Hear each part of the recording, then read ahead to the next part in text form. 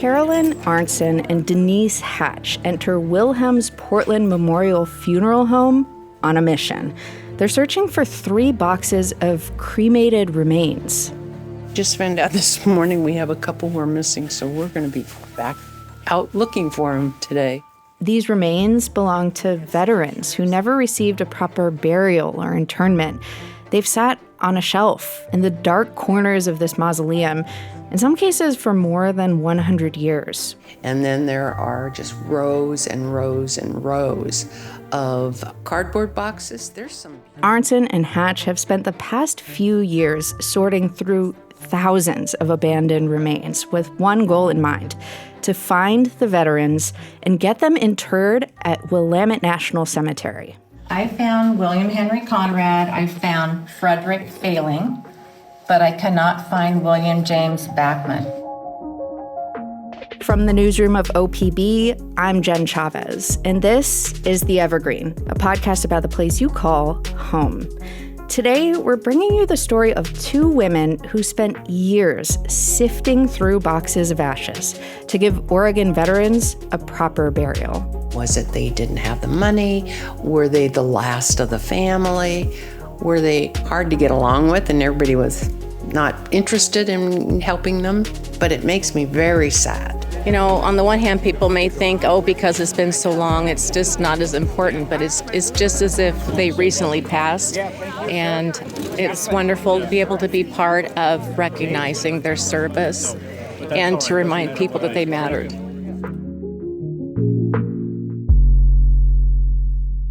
And here to give us an inside look is OPB General Assignment Reporter Joni Auden-Land, who's been following these women on their journey. Joni, hello. Thank you for being with us. Glad to be here. So, Joni, you've been spending a lot of time in funeral homes, getting to know Carolyn Arntzen and Denise Hatch. How did they begin their work searching for abandoned remains?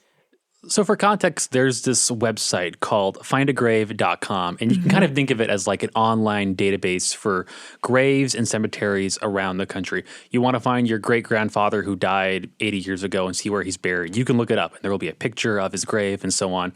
And so both of them, Carolyn and Denise, use this website a lot and like to catalog people who have passed away.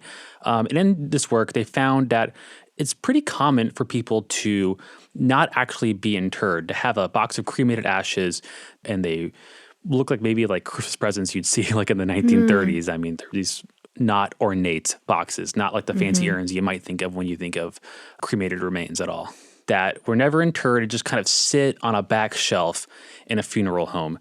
And in this work, they also realized that many of these people are veterans who, served this country in some branch, in some form, but again, were never given a proper burial, a proper sort of ceremony like that. And both these women also have veterans in their own personal families. So they told me they felt it was a very like personal mission for them to sort of make sure these people received a burial. Mm-hmm. And you followed them to Wilhelm's Portland Memorial Funeral Home, which is the oldest crematory west of the Mississippi and home to nearly 100,000 deceased people. What were your impressions of that place? That place is crazy, Jen. Yeah, I bet. Let me try to set the picture here. It's kind of a difficult place to describe if you've never been to it before. It's 8 stories tall, and you kind of enter in on the 4th floor. And each floor and each part of each floor has like a different design. So you walk on one floor and it's like Spanish revivalist. Another floor will be like Italian Renaissance style. Oh. One floor will be like late 19th century Gothic style. Another one you feel like you're like in a fishbowl kind of, because all the windows have this weird green glass to it. It's very disorienting and it's very easy to get lost. We got lost when I was walking around with them around it. Where are we? We can't get out from here. I thought this went down though. I did too. Let's try this way. Again, if you're walking around, what you wouldn't know is that in addition to all these weird, sort of like haunted house looking chambers where people are buried and there's just so many graves that you wouldn't believe. In addition to that, there are closets where there are people being kept, again, these little boxes that nobody claimed. And in this one, there are 2,000 boxes, basically. And if you were to go in, kind of imagine the last scene from Raiders of the Lost Ark, right? Right, Where yeah. like it's floor to ceiling all the way back of just boxes and boxes and boxes of like unclaimed remains, basically. Wow. Yeah, that is an extremely vivid picture, and 2000 is just so many. So you were there with Carolyn and Denise. What was it like seeing them and their work in action? It was kind of interesting coming in at the tail end of what they're doing, because you could tell they've been doing this a lot, and they've spent a ton of hours in this funeral home sort of sifting through boxes. And it was very like almost procedural in a way where they're like, we have this name, we got to find this name, got to get the box in there. And they didn't seem really overwhelmed by the environment at all, at least compared to me. I was a little overwhelmed by the amount of, it's hard to escape the kind of auspices of death that exist in this place, but they seem sort of unfazed by it in some strange way. That's so interesting. I am curious. They're sorting through all of these boxes, hoping to find specific people. So are these boxes of unclaimed remains like labeled with the person's name and information, or is it like a bit more complicated than that? I know they've been working on this for years. So ideally, they have names on them. Oh, okay. For some context, this funeral home opened in 1901, right? So you have people that have been buried there and have been sitting on these shelves since the early 1900s. So over time, these boxes have degraded and kind of fallen apart over time. Maybe the pencil that had their name written on it has faded. So there's just a box and there's no database for it, so you'll have no idea who is actually in that box, basically. There is no database. Every single person is kept on what looks like a little library card. This is a huge room full of like library catalog drawers with names in it. Oh, so like old-timey card catalog in a library. Literally, I observed them sort of like go through them and like pick through the cards and pull a name out and say, oh, that's John Smith or whoever, you know? That's how they found all these people. They had to go through every single card and see who were listed as abandoned or like in the tower, they call it. Yeah, it's so interesting to think of this as kind of like a library.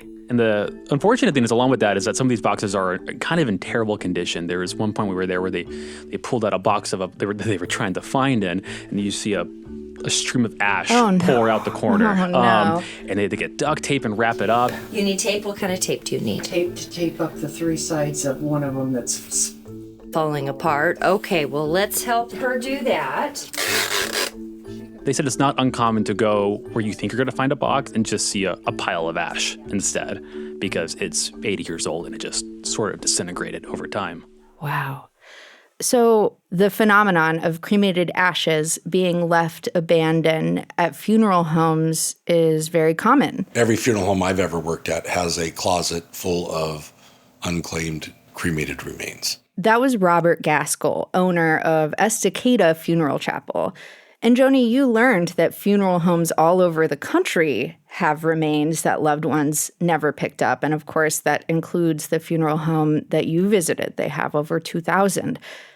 Did anyone you met reflect on why that is? What the different reasons could be that a person's remains could go unclaimed?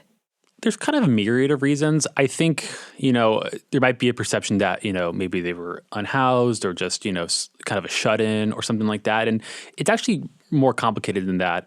Robert, for example, was telling me that it could just be that they lived in Oregon, for example, but maybe their family lived on the East Coast. And back in the day, it's a little harder to come over there and pick up remains. And they say, oh, I'll do it. Oh, I'll do it. Oh, I'll do it. And it never happens, basically. Right. And then it kind of gets lost to time.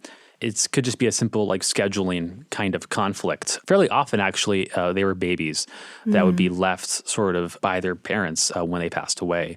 Back in the day, I think it was more common, and this is what I've heard from Robert and Carolyn and other funeral industry workers, that it was more common for parents when they lost a child decades ago to sort of, rather than confront the grief that comes with that, sort of just to hand remains over to a funeral home and pretend like it didn't happen. Have it something you don't talk about, really.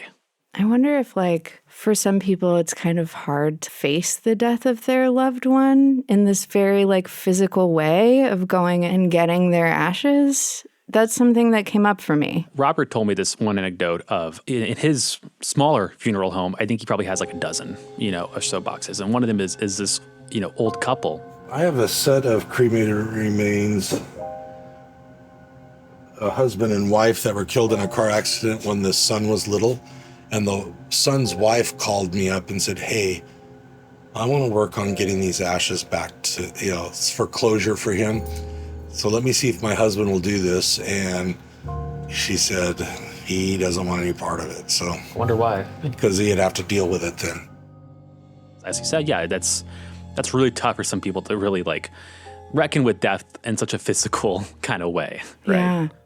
Did you get a sense of how this makes Denise and Carolyn feel? Like going through all of these abandoned remains, being in this environment where they're surrounded by these remains that were never claimed. Like, does it make them sad? I think it did at one point. It's hard to not kind of be sad when you have this sort of like immense amount of death kind of surrounding you while doing this.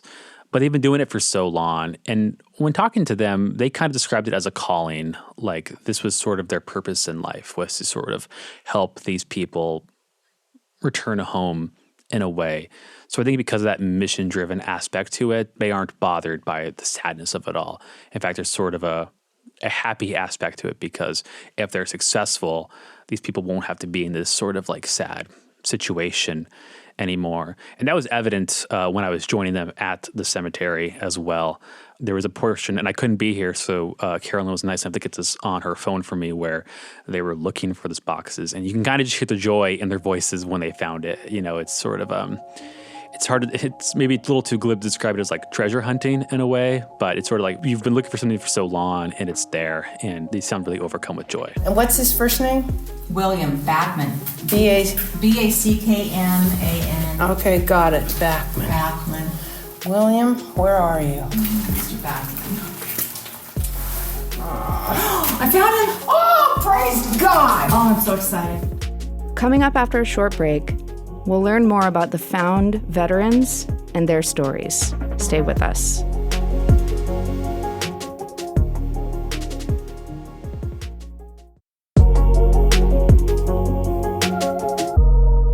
So, Joni, these two women worked on this for years. How many remains have Carolyn and Denise found? So the process was kind of, again, going through all those little library cards I was telling you about and kind of matching them to the boxes. And so they actually cataloged all 2,000 of those boxes and put them on findagrave.com for people to find. Of those 2,000, they were able to identify 34 remains that were able and qualified to be buried in Willamette National Cemetery. It's kind of a process, actually, to go to the federal government and try to get these remains interred. There's a lot of paperwork involved. I can imagine, yeah. It wasn't just they found 34 remains, it's 34 people who were qualified enough to actually get in there. You know, did they have the social security numbers? Did they have records of service? And again, these people didn't have people in their life for the most part, so records were very hard to find for the most part. Yeah, and I think probably like some people maybe didn't have social security numbers because that wasn't a thing. Exactly. Again, some of these people served in the Civil War. So to kind of give you context of how old some of these remains were. Okay, well, let's get into that. What did you learn about the 34 found veterans and their stories? You know, their backgrounds and their stories are extremely varied. You know, they served in all different branches. They served in the Civil War, the Spanish-American War, both world wars. One story that stuck out to me was a nurse named Winifred Mayberry who served in World War I. She was born in England, came to Canada before moving to Oregon, and she eventually signed up to serve as a nurse in France. There's also a baby whose father served in the Navy, so he was able to be buried in the cemetery as a dependent. But honestly, beyond that, specific details are kind of scant about these people. Again, if there had been more details and more records, possibly that we could have found their families and they would have been able to be buried, you know, by their descendants. But much of their details, again, on those little library cards I was telling you about, where it might have some details about why they were abandoned, but not much. Sarah Lewis, one of the employees from the cemetery, actually showed me one of these cards. This is his wife. May 20th, 1930, she came in and she wanted to remove him and give him a respectful placement here in the mausoleum. And looks like she never came back and did that. So for whatever reason in her life, you know. Yeah, I mean, it's still interesting to know little pieces of information about these people and who they were. And you followed this story through, and you attended a ceremony for these veterans at Willamette National Cemetery. Good morning. My name is Carolyn Arnson. Today marks the end of searching and researching a multitude of stored, unclaimed remains for men and women we believed were United States veterans.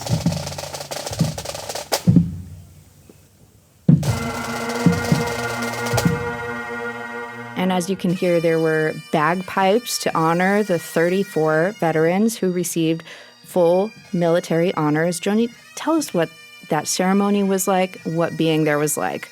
It's interesting. I'm an Eagle Scout. I've been to a lot of veterans ceremonies, a lot of even veterans funerals. My grandfather, when he passed away, was a veteran. He had a full ceremony. But this was kind of on another level, just sort of the pageantry. I mean, a lot of people showed up, and a lot of them were wearing Civil War regalia, World War I regalia. Wow. People really went out and really dressed up for the occasion. But it was still very solemn. It was it was a gigantic funeral, basically. And I was amazed how emotional it was, considering that nobody there knew these people. Nobody knew what their lives were like, really. But yet everybody, it was like seeing your family members being buried. There was one moment in particular where they were singing the national anthem, and it was just one man, the color guard, who started singing it, but then everybody started joining in, which I don't know what caught me off guard. Oh, say, can you see by the dawn's early light what so proudly we hailed at the twilight's last gleaming?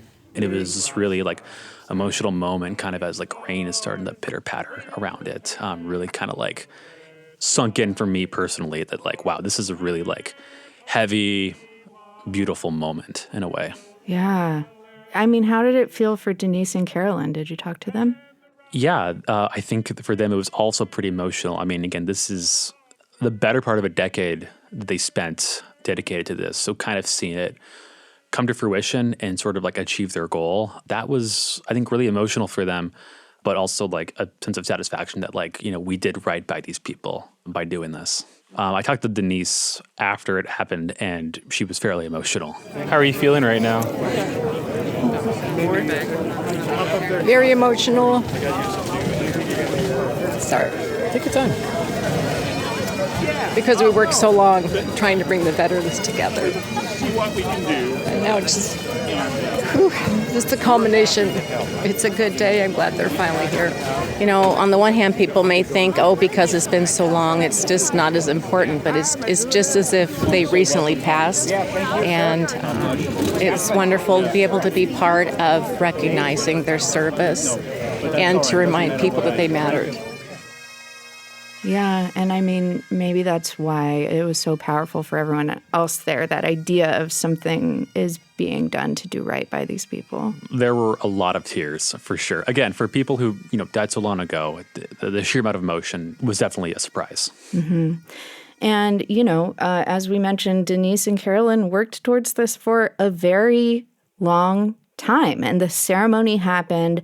Now that these veterans have been recognized like this and properly interred, do you think they'll continue this type of work, helping to find abandoned remains for others in the future?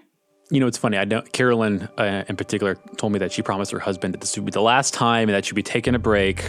It was a long journey, but I'm not sorry at all that I spent the last 12 years or so doing this, because I feel like they deserved better than what they were getting. So I'm happy.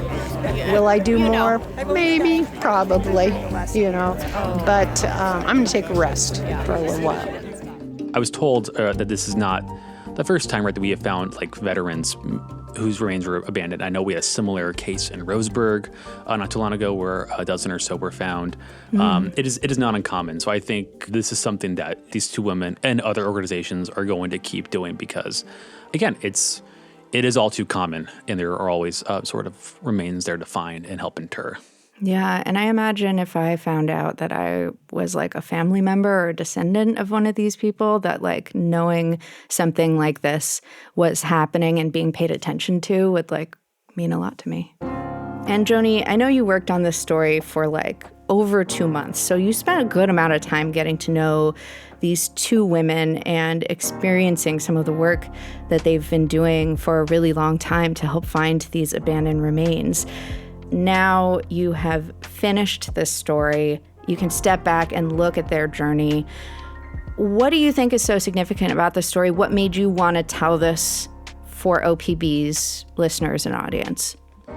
I think I've been struck by the dedication. You know, Jen, I think if somebody came to us and said, hey, you want to achieve this goal, it's going to take you 10 years to do. Like, we're not going to do that. Yeah. We're not going to do that thing. We're like, I'm okay. I won't do that. But that did not faze them, 2 years in, 5 years in, they kept at it and really felt like this was, again, their mission in life, in a sense, was to help these veterans in a way. I just think that's kind of remarkable. I don't hear too many stories of people sort of like dedicating themselves to something, frankly, as thankless as this can be, going through all these remains. And just, I think it's relatable. I think, none of us want our loved ones to be in a situation where, again, they're on a shelf collecting dust for decades and decades and decades.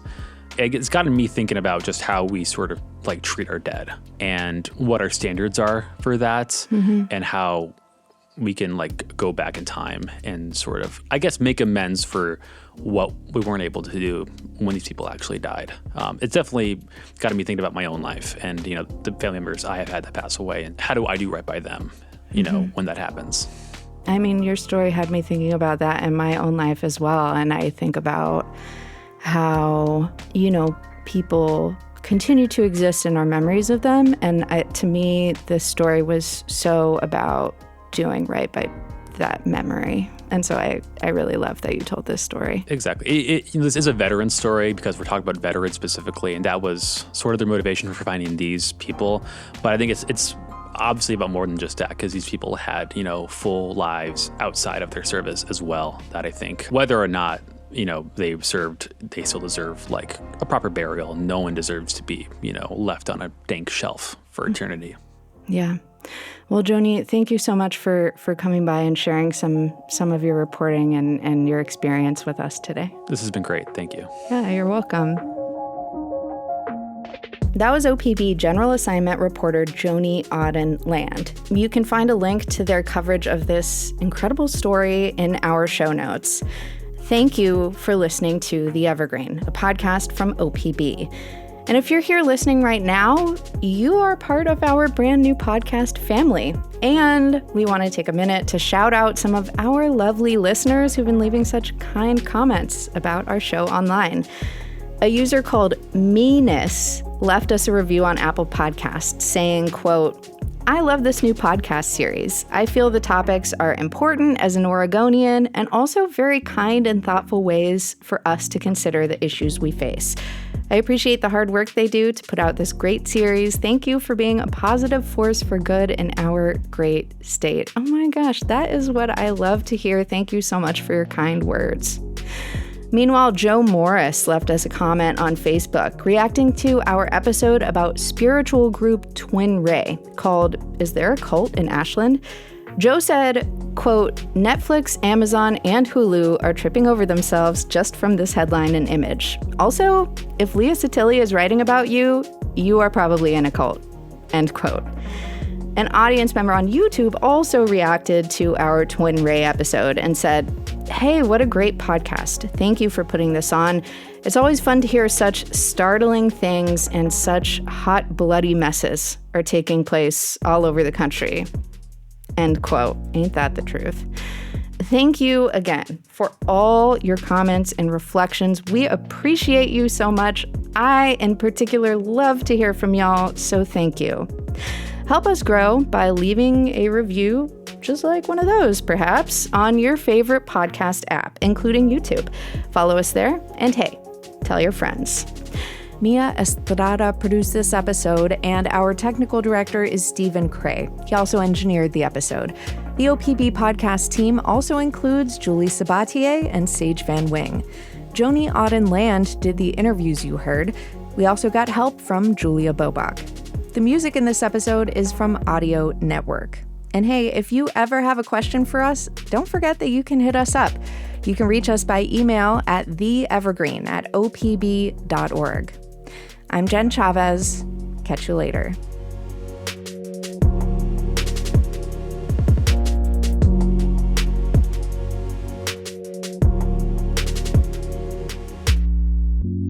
Where is the Ark? The Ark is a source of unspeakable power, and it has to be researched. And it will be, I assure you, Dr. Brody, Dr. Jones. We have top men working on it right now. Who? Top.